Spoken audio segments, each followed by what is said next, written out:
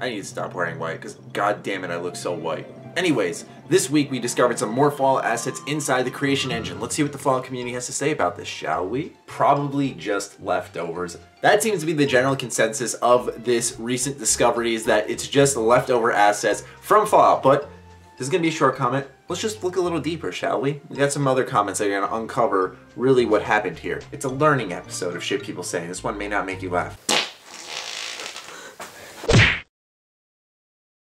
When this game is announced, I'm saving up to buy the Ultra Mega Edition of Fallout 4. Me too. Same thing with Star Wars Battlefront, because these are games I've been so excited for. I'm not a collector's edition buyer, purchaser, owner. What the fuck am I trying to say? You get what I'm saying. But basically, I do want to make sure I buy the most expensive copies of these games because pre-orders are overrated, I guess. I mean, I like toys too. It's... man, I don't know why I'm 5 on the inside.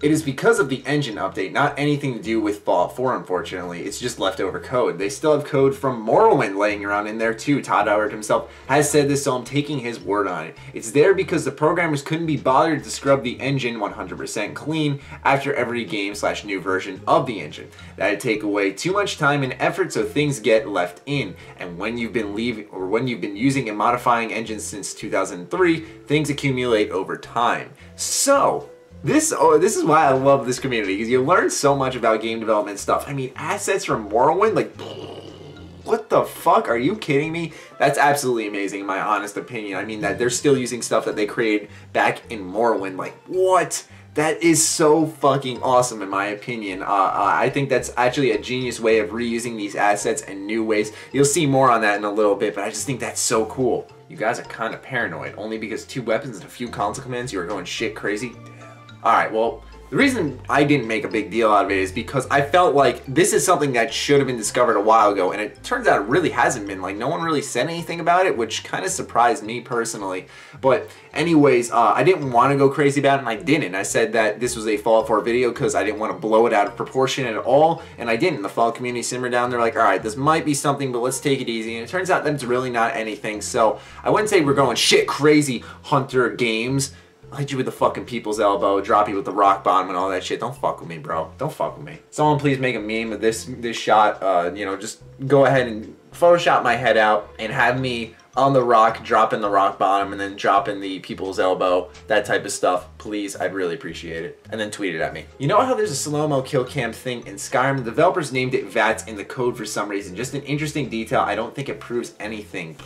See, like, I don't know why I didn't think of that right away. Like, I realized that kill cams were in Skyrim. That's something new, for Elder Scrolls at least. And that, holy crap, maybe that's what VATS is there for, because VATS is more so just a movement of camera perspective and slowing down time and stuff for certain kills and triggering an animation. It's like, why didn't that come to mind? It makes you feel like you're stupid in a way. But anyways, I do find this quite interesting that they were reusing VATS in Skyrim for a totally different kill cam mechanic. We're really not totally different, but you get what I'm saying, that it's just the fact that it's not under VATS and they were using things from VATS is like totally crazy. It kind of gives you like almost like a sneak peek if you use your imagination on what VATS could look like in Fallout 4. Like, baseball bat is a 2-handed weapon. Skyrim has 2-handed weapons. The Chinese sword is a 1-handed weapon. Skyrim has 1-handed weapons. There are kill cams very similar to VATS in Skyrim. They probably used those 2 weapons as a starting point for the weapon system in Skyrim when they first started making it. As for the Pip-Boy radio stuff, because it was a unique feature, probably couldn't take it out or replace it like they could ambient music, so it was just kind of there. See, like I said, at the end of this all, you're going to learn so much about it, and right here at the end, we have learned quite a bit about the creation engine, development of Fallout 4, what the hell Bethesda and other game developers do. It's like, it's so crazy that they had to use the baseball bat and the Chinese officer sword to kind of like get a kickstart for Skyrim and kind of build off of that. Like, it's just amazing how they start from here and they just grow. Like, it's, I don't know, I think game development is so cool. I will never be able to do it, honestly. I've tried programming before one time in my life, and I did it somewhat right. I had to use an internet tutorial, and I was just doing it the whole time, like, what the fuck am I doing? So that's why I've tried to, like, this year was one of my little gaming